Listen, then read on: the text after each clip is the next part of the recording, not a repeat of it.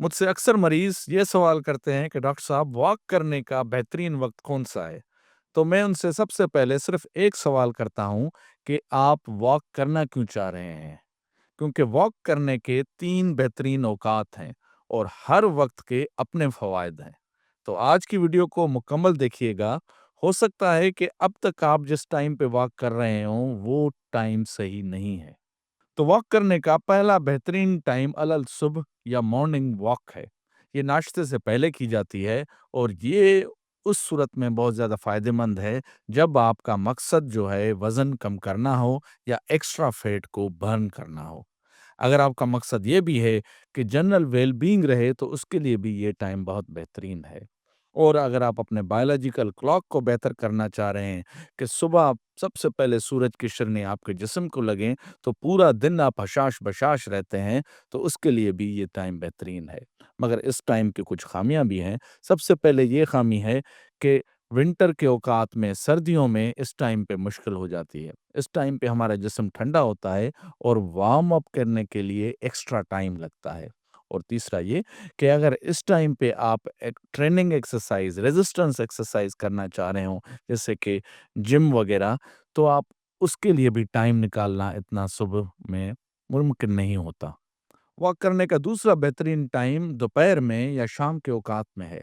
अगर आपका मकसद शुगर को कंट्रोल करना है, अगर आपका मकसद ब्लड प्रेशर को कंट्रोल करना है, तो ये टाइम बेहतरीन है।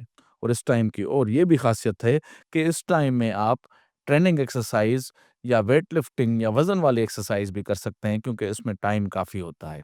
इस टाइम में जो है ज़्यादा वार्म अप होने की भी ज़रूरत नहीं होती और देखा ये गया है कि ये टाइम अक्सर जो है वो फ़ारिग आपको आसानी से मिल जाता है। मगर इस टाइम के भी चंद नुकसानात हैं। नुकसान ये है कि पूरे दिन की थकावट जब हो जाती है, तो ये टाइम कुछ लोग नींद के लिए रखते हैं या रेस्ट के लिए रखते हैं।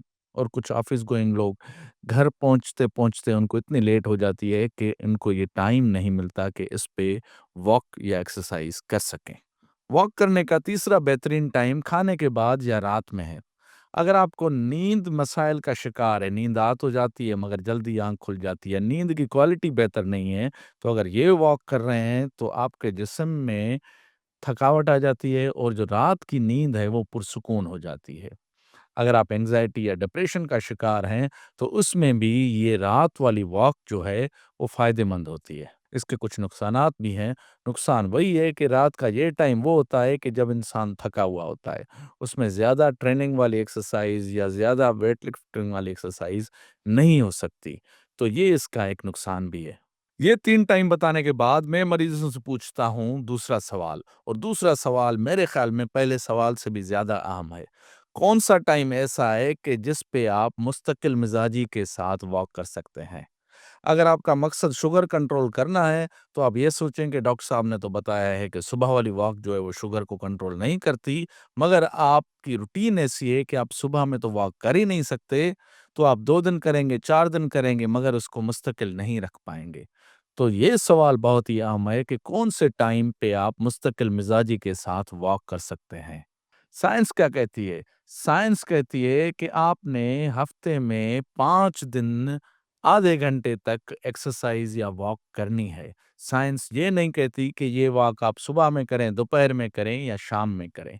जिस टाइम में भी आप मुस्तकिल मिज़ाजी के साथ वॉक कर सकते हैं, वो आपके सेहत के लिए फ़ायदेमंद होगा। तो इन दोनों सवालात को अपने ज़हन में रखिए और खुद फैसला कीजिए कि कौन से टाइम पे आपको वॉक करनी चाहिए। मगर ये बात ज़हन में ज़रूर रखें कि आप जिस भी टाइम पे वॉक कर रहे हों, उसका ज़रूर आपके जिस्म को, आपकी सेहत को फ़ायदा ही होगा। तो उम्मीद करता हूँ कि हमेशा की तरह इस वीडियो को भी लाइक करेंगे और अपने दोस्तों के साथ ज़रूर शेयर करेंगे, ताकि वॉक करने के सही टाइम जानने के बाद उनको भी फ़ायदा हासिल हो सके।